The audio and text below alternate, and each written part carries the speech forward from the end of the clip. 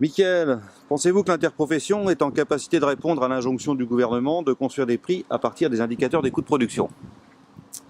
Eh bien, on va remettre un peu les choses dans l'ordre. L'interprofession porcine est chargée de construire des indicateurs de prix. Donc ces indicateurs, oui, seront construits avant les futures négociations commerciales de l'automne.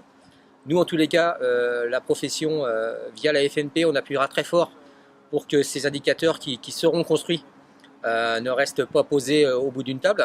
Mais on a quelques doutes aujourd'hui puisque le projet de loi qui va accoucher d'une souris demain, justement sur la prise en compte de ces indicateurs, nous pose beaucoup de questions.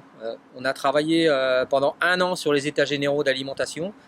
Qu'est-ce qui va en rester demain sur notamment le prix payé aux producteurs en fonction de ses coûts? Gros point d'interrogation si ça doit reposer sur la bonne volonté des acteurs économiques de la filière. L'inquiétude, c'est que ces indicateurs soient simplement des indices de base, mais sans vraiment imposer un prix minima ou un prix référent au coût de production.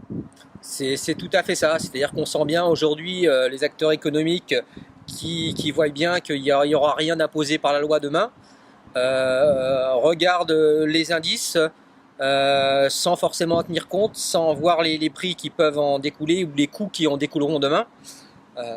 Donc là, il y a quand même un gros souci au niveau des politiques qui nous ont quand même un petit peu enfumés depuis 1 an. Le gouvernement avait lancé ces états généraux avec l'espoir qu'on puisse donner un revenu décent aux agriculteurs, qu'on puisse avoir des indicateurs de prix, qu'on puisse avoir aussi un étiquetage qui montre justement l'origine des aliments.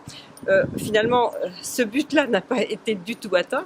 Nous sommes effectivement opposés aux propositions qui sont faites aujourd'hui par l'Assemblée nationale. Mais nous allons rester mobilisés, car le Sénat était pleinement investi.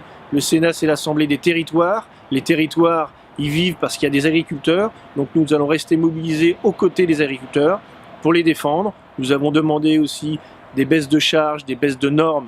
Et dans ce texte, à l'arrivée, il y a eu davantage de normes et de contraintes pour nos agriculteurs. Donc maintenant, le texte, il va être validé par la majorité à l'Assemblée nationale. Nous, au Sénat, nous allons agir pour contrôler l'application du texte et continuer à mettre en exergue les points négatifs, mais nous serons toujours aux côtés des agriculteurs.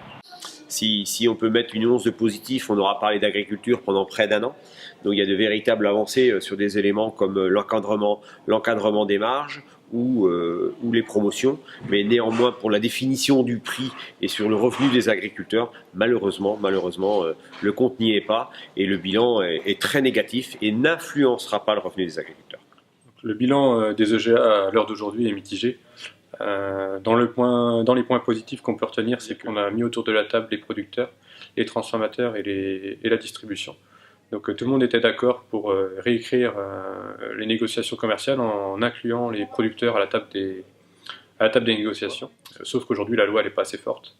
Elle n'inclut pas les bonnes choses, notamment elle doit inclure la prise en compte de nos coûts de production fixés par nos interprofessions.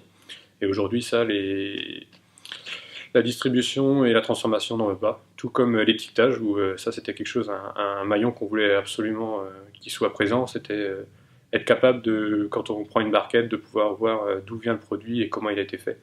Et ça, les producteurs, nous on est prêts à le faire puisqu'on a plein de choses à raconter aux consommateurs. Par contre, la distribution et les transformateurs, eux, bizarrement, ils n'en veulent pas.